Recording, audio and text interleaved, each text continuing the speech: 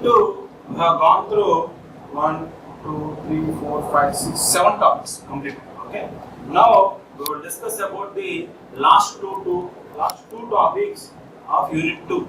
Okay. That is diversity receiver, non-co-channel interference in different types. Okay. See, we have discussed about and we have learned about co-channel interference in Unit 1 and Unit 2 also.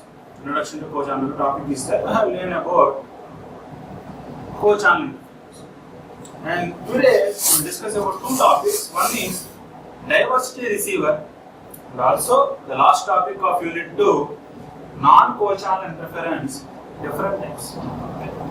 Not the co-channel interference, non-co-channel interference. So coming to diversity receiver. So what is a diversity receiver? Diversity receiver are often used to improve reception of RF signals.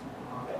Reception of RF signals. See, the mobile antenna may receive a weak signal or a strong signal. But if we are using a diversity receiver, the strongest signal is accepted by the antenna. A diversity receiver utilizes two separate independent antenna systems. Okay. Two separate independent antenna systems. Not single antenna, we are using dual antenna. The receiver looks at the signal coming from each of the antenna and determines, okay, the receiver determines which one is stronger. Okay. It then switches to the strongest signal. So the receiver looks at the signal coming from the antenna, checks whether it is a weak signal or a strong signal. If it is receiving both the weak and the strong signal, okay, it switches to the strong signal. That is the importance of using a diversity receiver. The receiver is constantly comparing. So what does the receiver do? The receiver constantly compare which antenna is providing the better signal and quickly switch from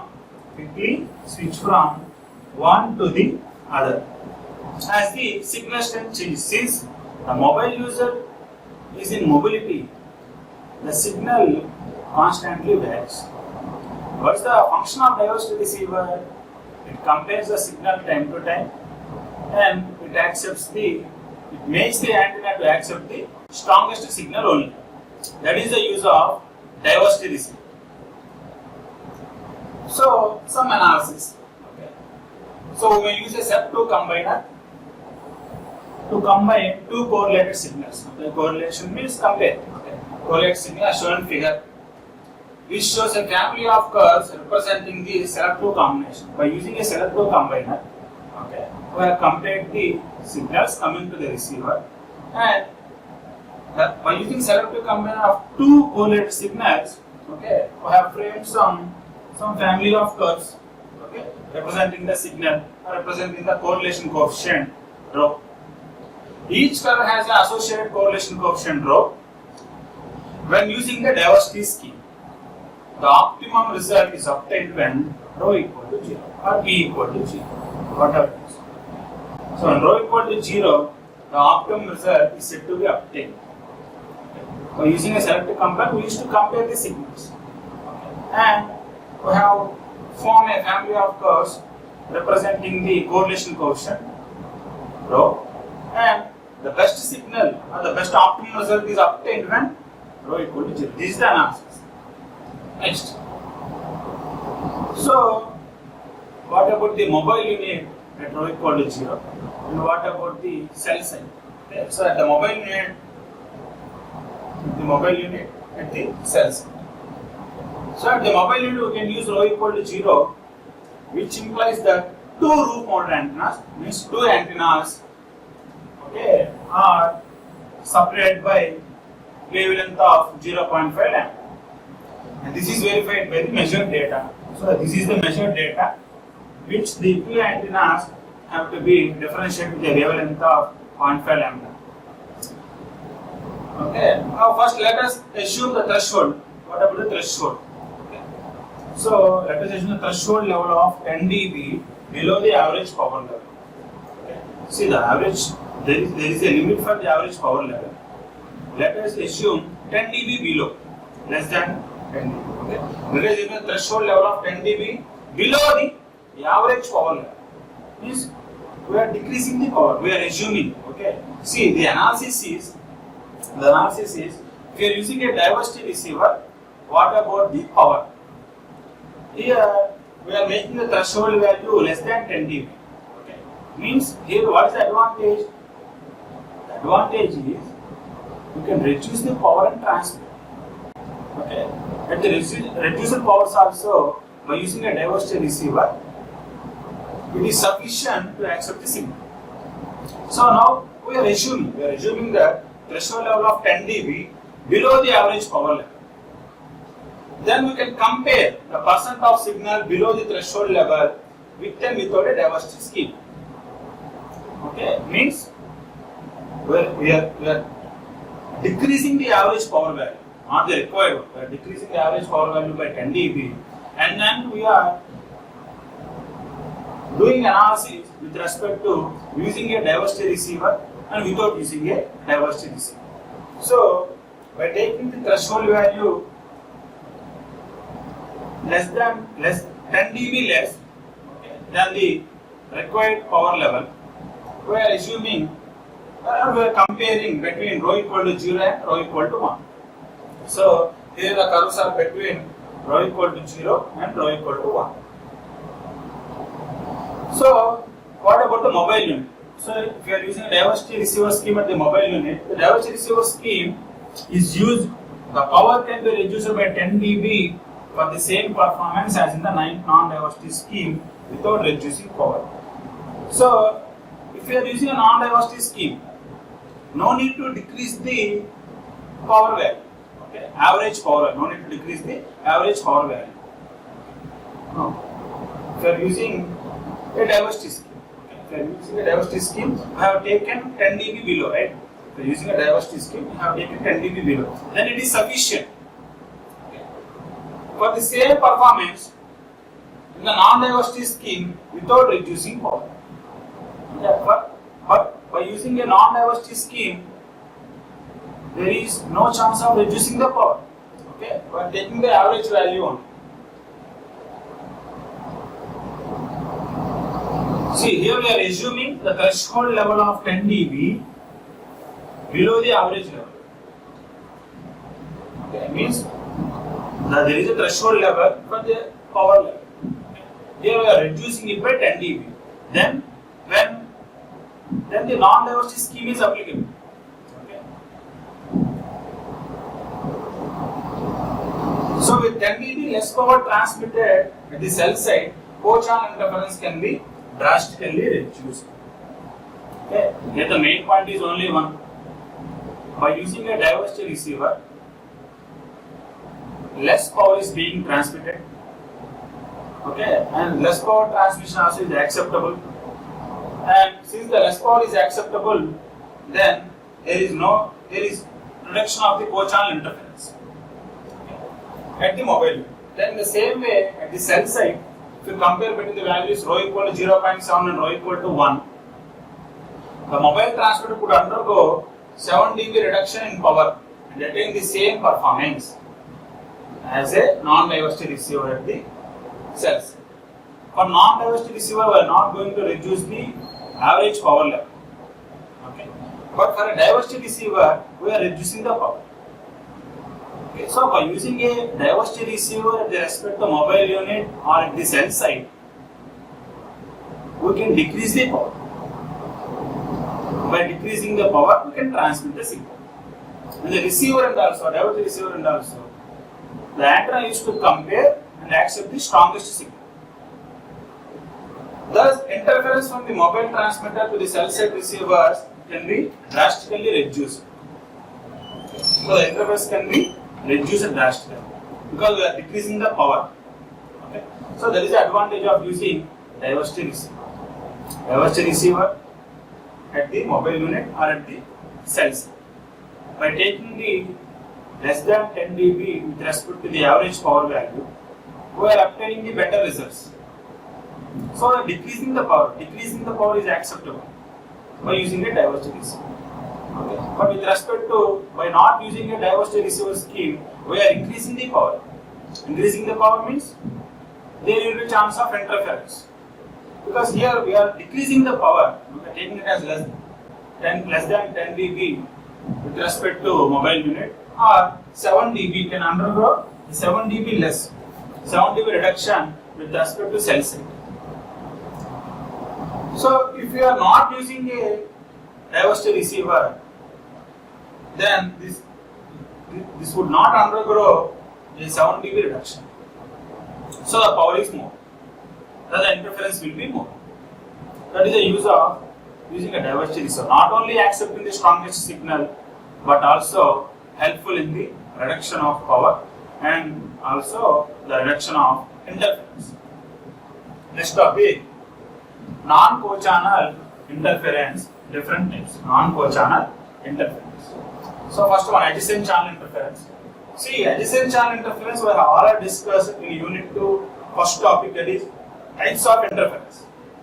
Second, near and far end interference. We have also discussed in first topic types of interference. We also discussed about adjacent channel interference. In the adjacent channel interference, subtopic is near far end. Okay, anyway, let's go through the topic again once again. Anyway, we will discuss here. Third one is about crosstalk. These also other than the co-channel interference. Here, other than the co-channel interference means not by the same set of frequency channels. Okay. Next, fourth one, interference between the systems. Okay. Different interference between the systems. Next, UHF TV interference. Next, long distance interference. Next, use of some parasitic elements. Okay.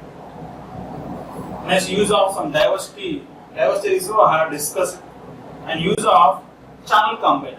See, by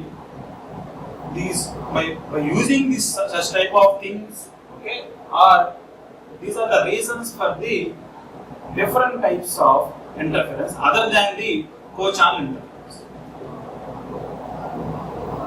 First one, adjacent channel interference. First one is adjacent channel interference. It can be eliminated on the basis of adjacent channel interference means next to channel. Okay, there are two types. Basically, it includes next channel and neighbor channel interference. Next channel means the channel which is next to this channel. So by this channel may get the interference.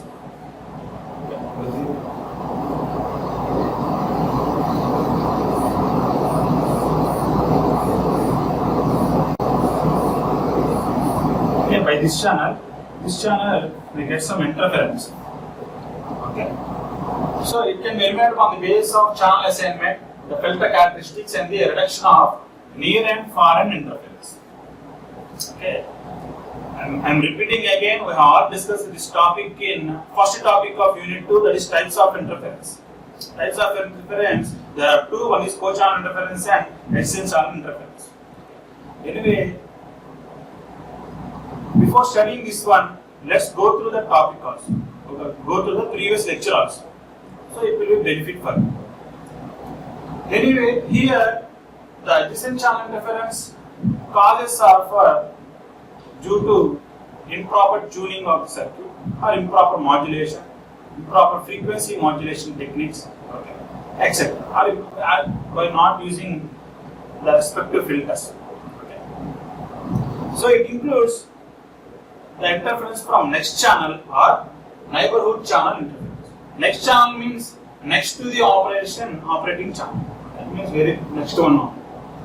Next, neighboring channel means channel away from the operating channel, okay, which is some distance away, which is maybe from here, okay, which is some distance, one cell side distance away,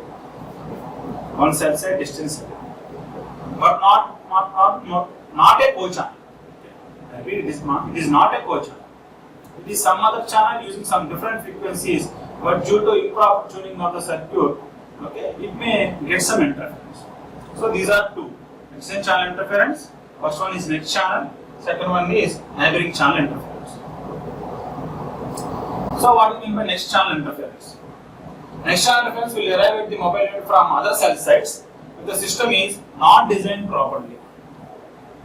Not designed properly. Mobile unit initiating a call on a control channel in a cell may cause interference with the next control channel at another cell site too. Next. So what we can do? We can shape the filter, or the filter with a sharp fall off slope can help to reduce all the adjacent channel interference, including the next channel interference. Okay. So the reason is improper tuning of the circuit or improper design of the circuit. The same frequency may repeat and cause interference. Okay. So that is corrected by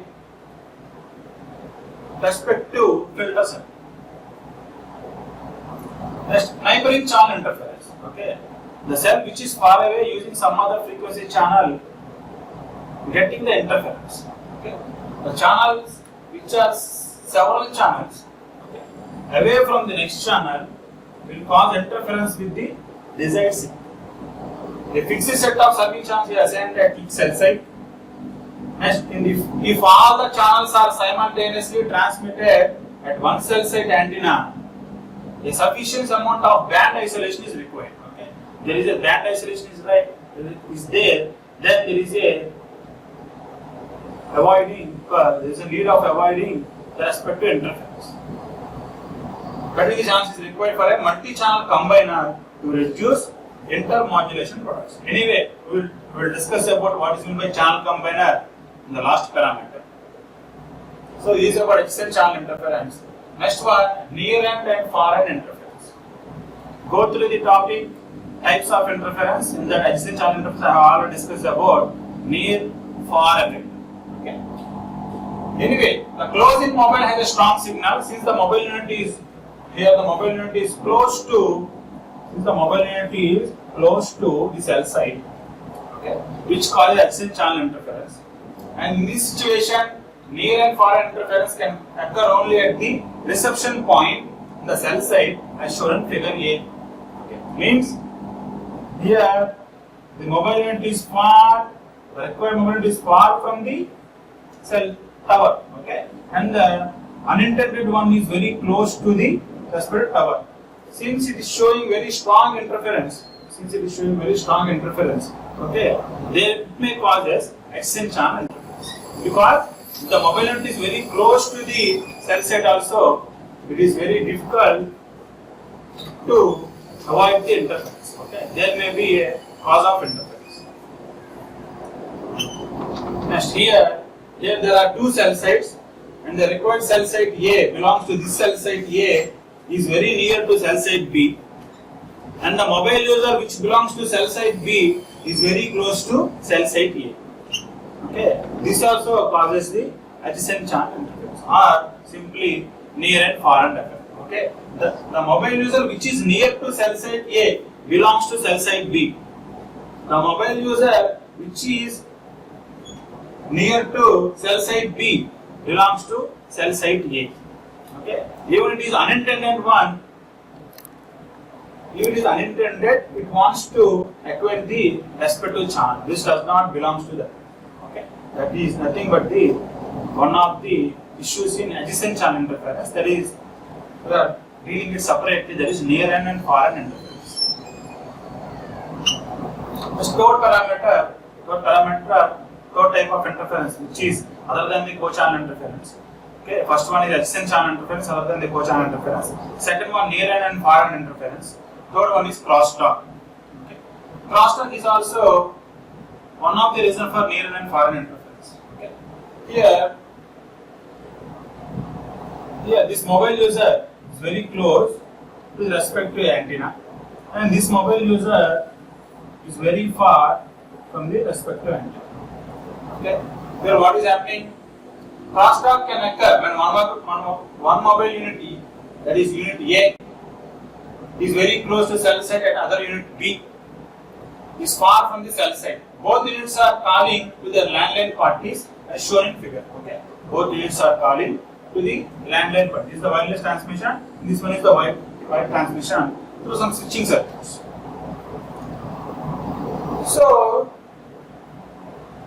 The near end mobile unit has a strong signal such that the demultiplexer cannot have an isolation.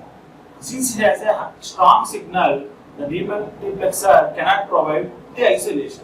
So there is a cause of interference, okay, which is more than 30 dB. Then the strong signal can generate strong crosstalk, while the received signal from the mobile unit B 30 dB weaker than signal B. Okay. So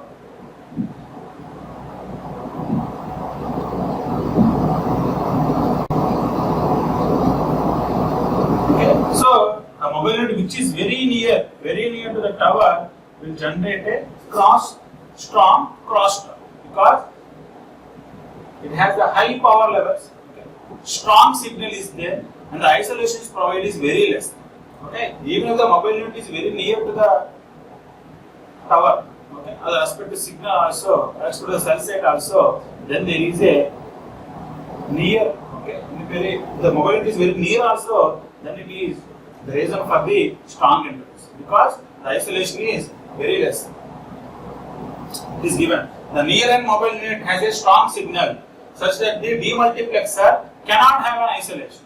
Okay, that is means separation of more than 30 dB. And then the strong signal can generate, and this strong signal used to generate a strong crosstalk, while the received signal from mobile unit B is 30 dB weaker than signal A.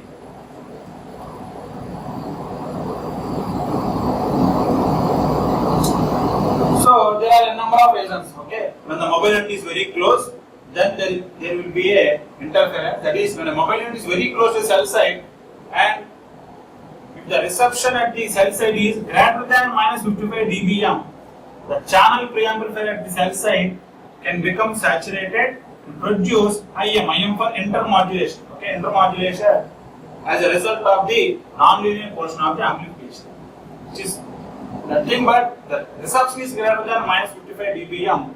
Okay, then the channel preamplifier at the cell site can become saturated and produce intermodulation frequencies as a result of non-linear portion of the amplification. Simply, the mobile is very near to the cell site. Okay, also there is a due to strong signal, there will be a strong crosstalk, means interference. Next, co-channel crosstalk. You know what is meant by co-channel? Co-channel interference reduction ratio Q should be as large as possible. The Q is large, the distance will be large, and the interference will be less. An adequate system design will help to reduce the co-channel crosstalk. Next, telephone line crosstalk. Okay, due to the landlines also. Sometimes crosstalk can result from cable imbalance or switching error at the central office and be conveyed to the customer through a telephone line. So minimizing this type of crosstalk in landlines, okay, giving the same priority as reducing the number of call drops. Okay, so in wireless communication, cellular communication, the call is said to be dropped. Here, we should say that there exists a lot of crosstalk. The same priority must be given for both the landline and the cellular communication. Next, interference between the systems. Okay, interference between systems. In one city, what about the interference? And taking the adjacent cities, what about the interference? Let us assume there are two systems operating in one city. Let us consider there are two service providers. Okay, one is some X service provider, one is some Y service provider. The mobile unit of system A means some which belongs to X is close to the cell site of system B while a call is being initiated through a system A. Exchange or interference or intermodulation can be produced if the transmitted frequency of mobile unit A is close to covered band of the received preamplifier at cell site B. Okay, and simply let us go to the figure. Okay, here the mobile users of cell site A are in cell site B. And the mobile users which belongs to cell site B are in cell site A. Okay, means the users which belongs to cell site A or the respective third party service provider are in cell site B. Okay, see here, this one is system B. This one belongs to system B mobile unit. This one is system A mobile unit, which belongs to cell site A is in cell site B. The mobile unit is in cell site B. The cell site which belongs to cell site mobile user which belongs to cell site B is in cell site A, which causes interference. This is the interference between the systems. Same example, we are taking the same example, but here we are highlighting the system. Okay. And the figure B shows cellular geographic service areas. Okay, where the area is provided. What is the cell boundary? So, with respect to cell boundary, which mobile users exist in which system, which mobile unit belongs to which system is differentiated here. That's why it is given cellular geographic service area (CGSA). Next one, what about in adjacent cities? Okay. Two systems operating at the same frequency band and in two adjacent cities or areas may interfere with each other if they do not coordinate there. What is needed? There are two cities operating with different systems. First one needed is coordination with respect to the frequencies what they are using. Most cases of interference are due to cell sites at high altitudes. Okay. But the high altitude is required, okay, not to attract the design. Such a system can cover because the high altitude. Okay, the cell sites are at a high altitude. Okay, it covers a larger area, and in turn, fewer cell sites are needed. However, the neighboring city also uses the same system block, then the result is strong interference. So we have to make sure that the neighboring city or the neighboring cell site is using the same system block or not. See, thing needed is coordination with respect to the frequencies they are using. If there is no coordination with respect to the frequencies they are using, then there will be a strong interference. Whether they are using in a single city or there are adjacent cities, okay, whatever may be the reason, okay, the reason is the output will be a strong interference. Next, UHF TV interference. Okay, you know the TVs which are using some Yagi wood antenna. Okay, so the cellular systems may affect, okay, due to this antenna feed. Anyway, two types of interference can occur between UHF television and 850 MHz cellular mobile phones. Okay. So the reasons are, okay, interference to UHF TV receiver. Okay, we will get an interference to UHF TV receiver from a cellular mobile transmitter. Okay, and we will get interference of cellular mobile receiver by a UHF TV transmitter. Okay. Anyway, the disturbance caused by UHF TV is very less. Okay, by TV broadcasting is very less because of wide frequency separation between cellular phone systems and the media broadcast services such as TV and radio, and significantly high power levels used by UHF TV broadcast transmitters. The likelihood of interference from cellular phone transmitters affecting broadcasting is very small, which is very small. So there is a slight probability that when the cell site transition is 90 MHz above of a TV channel, and it can interfere with the image response frequency of typically TV home receivers. Okay, in simple words, okay, by taking the frequency pattern also, cellular frequency plan also, the interference between the TV band, okay, interference UHF TV band and cellular phone is very far. Okay, means the interference will be very minimal, but there is a chance of interference. Interference between TV and cellular mobile phones are illustrated in the below figure. Next one, long distance interference. Okay. So what is this is just analysis. Okay. What about the land path and what about the water path? Okay. If you take land, the 41 miles underwater path operating at 1.5 GHz in Massachusetts Bay. So low ducts means low tides. Okay. High ducts means high tides. Okay. So if there are low ducts which is less than 50 feet thick, steady signal above normal level is received. Okay. The received signal is very normal.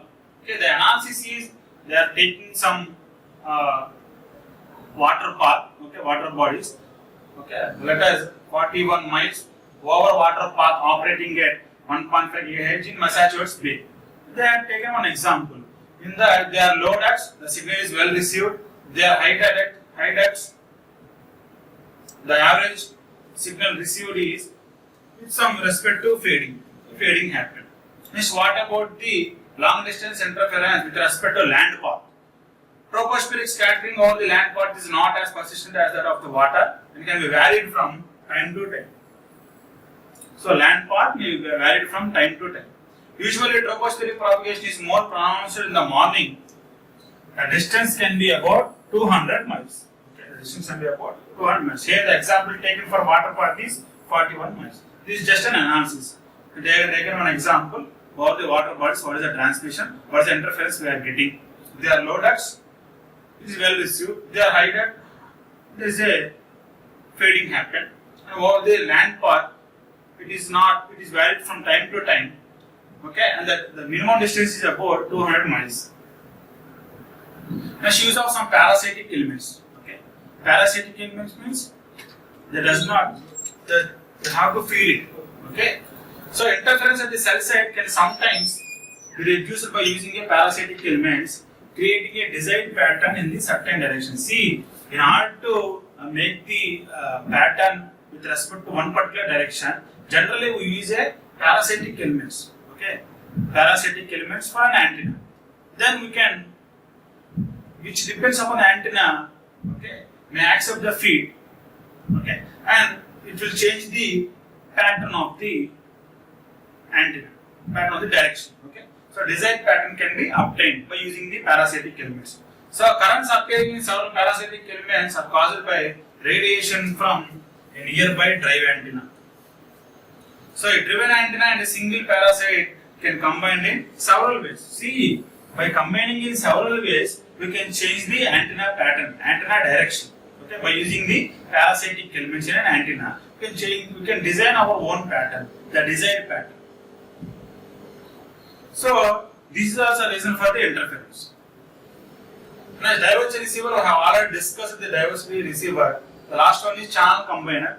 Channel combiner means all the transmitted channels can be combined with minimum insertion loss and maximum signal isolation between channels. See, we can't use a separate antenna for all the channels. We are using a single direction antenna, okay, for a number of channels.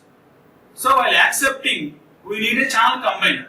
So a channel combiner is installed at each cell site, not accept the channels by providing the isolation.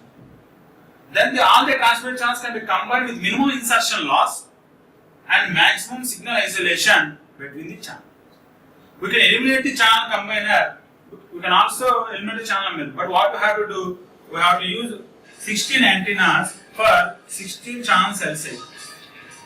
Okay. Next, which is economically and physically, okay, constraint. This is major constraint. Economically, we have to put more money. Okay, and physically we have to put more number of antennas. Okay, so that is the use of a channel combiner.